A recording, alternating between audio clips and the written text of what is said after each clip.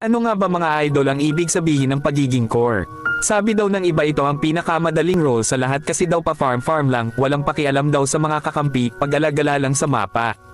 Pero alam nyo ba ang malungkot na katotohanan ng pagiging core user? Oo, pa farm lang yan at pag-alagala sa mapa, pero di mo nararamdaman yung pressure na nararamdaman ng isang core lalo na kapag mayroong team fight sa isang objectives, na kapag hindi mo siya na-retro o nakuha ay sayo lahat easy, yung tipong kapag hindi mo nakuha ang turtle at ang lord at di mo nadala yung laro nyo ay bobo na yung tingin sayo.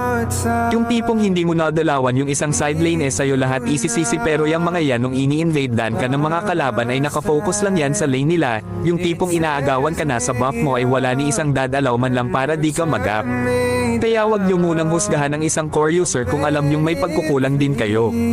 Kung meron mang magaling mag-core matic yan mga idol, lahat ng trash talk ay inabot na niyan, lahat ng CC ay napagdaanan na niyan bago siya naging magaling at naging malakas sa role na yan. Kaya wag na wag mong sasabihin na ang dali-dali lang mag-core, tingnan mo muna sarili mo kung saan ka nagkulang bago ka humusga sa iba. Kaya sana sa mga random dyan na minsan sinisisi pa sa core pag namamatay kesyo dinadalawan, ibahin yung mga idol ang mindset na ganyan. Kaya sa mga nagbabalak na mag-core user dyan, isipin nyo muna kung kaya nyong suluhin ang mga trash talk at paninisi na mangyayari sa inyo bago ka lumipat ng role. Alam nyo sa totoo lang, ang daming core na nagki-quit dahil kasi yon sa di nila nakakaya yung pressure. Ano nga ba